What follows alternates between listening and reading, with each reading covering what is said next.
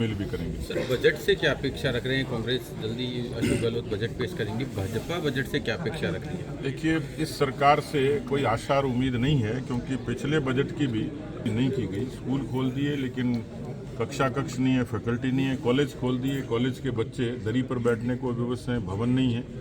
राजस्थान में कोरोना जैसी महामारी के बाद हेल्थ का इंफ्रास्ट्रक्चर मजबूत होना चाहिए था, वो नहीं हुआ। राजस्थान इस समय सबसे ज़्यादा बीमारू प्रदेशों में 5.5 लाख करोड़ का कर्जा है। 80,000 रुपये लेकर कोई भी बच्चा यहाँ पैदा होता है। ऐसी सरकार से कोई भरोसा नहीं है, क्योंकि किसी राज्य में रोजगार और निवेश तभी आता है जब शांति होती है। 8.5 लाख मुकदमे अपने आप में सरकार की बानगी है कि पुलिस को संसाधन मुहैया नहीं कराए, पुलिसिंग खत्म हो गई, राजनीतिक दखलंदाजी बढ़ गई। अभी लीपापोती करेंगे, क्योंकि रोजगार के नाम पर ठगने का काम किया, किसानों से कर्जा माफी के नाम पर ठगने का काम किया। तो मुझे लगता नहीं है अभी जो बजट आएगा वो खाली घोषणा होगी, क्योंकि पिछले बजट की घोषणाएं अभी तक पूरी नहीं हुई। इसलिए अशोक गहलोत घोषणावीर तो खूब हैं, लेकिन कर्मवीर नहीं है। एक बड़ी मांग क्या चाहेंगे आप? एक बड़ा काम जो बीजेपी चाहेगी कांग्रेस से कि ये घोषणा होनी चाहिए। देखिए, दो पक्ष हैं। एक तो जो बेरोजगार हैं उनके लिए कोई सरकार ने व्यवस्थित व्यवस्था नहीं करी।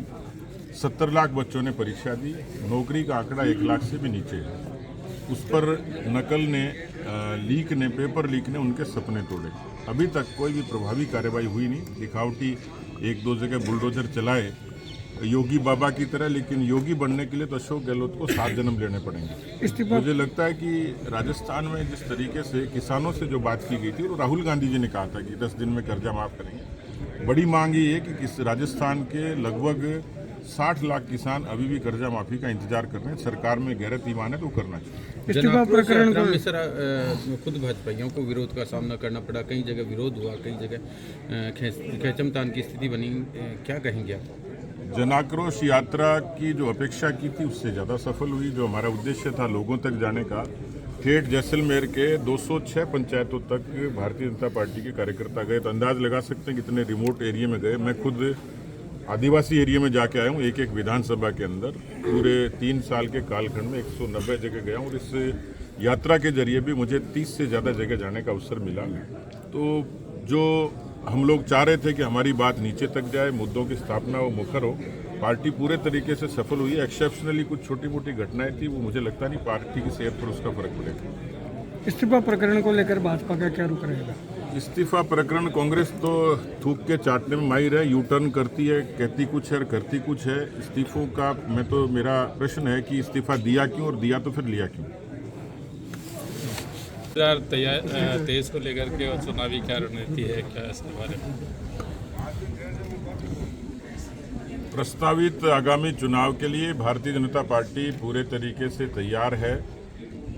हालांकि पिछली बार भी कांग्रेस को स्पष्ट जनादेश नहीं मिला था। 99 सीटें आई थी, मात्र 1.5 लाख वोट और 0.5% का फर्क था।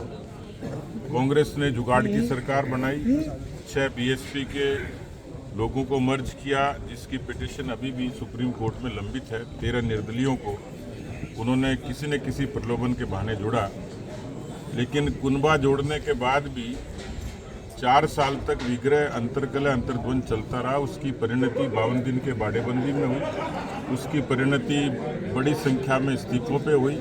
उसकी परिणति इस्तीफे वापसी पर हुई।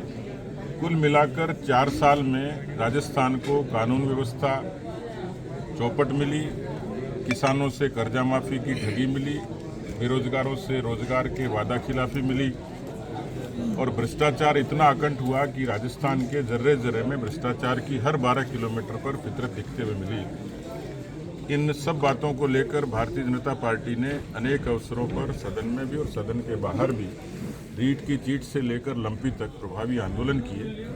अभी पिछले दिनों इस सरकार के खिलाफ जनाक्रोश अभियान के तहत हम लोगों ने पूरे राजस्थान के 200 विधानसभा क्षेत्रों में 115 किलोमीटर की रथ यात्रा करी।